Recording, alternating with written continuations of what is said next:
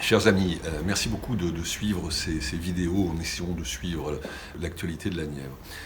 Dans cette période qui est compliquée, vous vous en souvenez, nous avons travaillé beaucoup sur la question de la Poste. Il semblerait qu'il y ait peut-être une ouverture, en tout cas une amorce de discussion qui vient de s'engager. Mais au même moment, on apprend aujourd'hui que les rares perceptions qui restent dans notre département sont menacées. Là aussi, c'est un combat qu'il nous faudra mener ensemble dans les toutes prochaines semaines.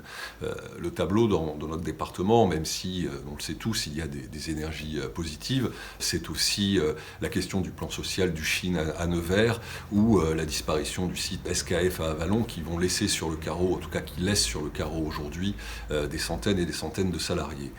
Sur ces dossiers, au moment où on pratique la relance, où ce sont des milliards qui sont chaque jour comptés à la télévision ou sur nos ondes de radio, il faut impérativement que l'État vienne en soutien de ces entreprises qui sont vitales pour notre territoire.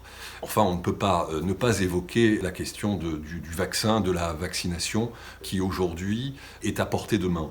On s'est livré à un rapide calcul. Il y a à peu près 20 000 pharmacies en France aujourd'hui qui sont actives dans les territoires ruraux. Heureusement, nous en avons encore. Ils sont prêts à vacciner. 20 000 pharmacies, 10 patients par jour, c'est la capacité à vacciner 4 millions de personnes en moins d'un mois. Il faut que l'État, là encore, mobilise toutes les énergies. Il vient de le faire pour les élus ruraux, enfin, ou les élus locaux. Enfin, nous allons pouvoir travailler à l'ouverture de centres de vaccination en proximité. Mais il faudra que l'État nous accompagne, parce qu'il va falloir organiser les prises de rendez-vous, les déplacements, et être opérationnel dès lundi prochain pour vacciner les plus de 75 ans, avant bien sûr de s'adresser à l'ensemble de la population. Vous le voyez, les sujets sont nombreux, ils sont denses, ils sont importants pour notre vie sociale, notre vie économique et surtout notre vie tout court. C'est pourquoi je vous propose que nous nous retrouvions prochainement au travers d'un système Facebook Live probablement pour échanger plus directement avec vous, instaurer ce dialogue direct qui est de plus en plus nécessaire pour lutter contre ces crises.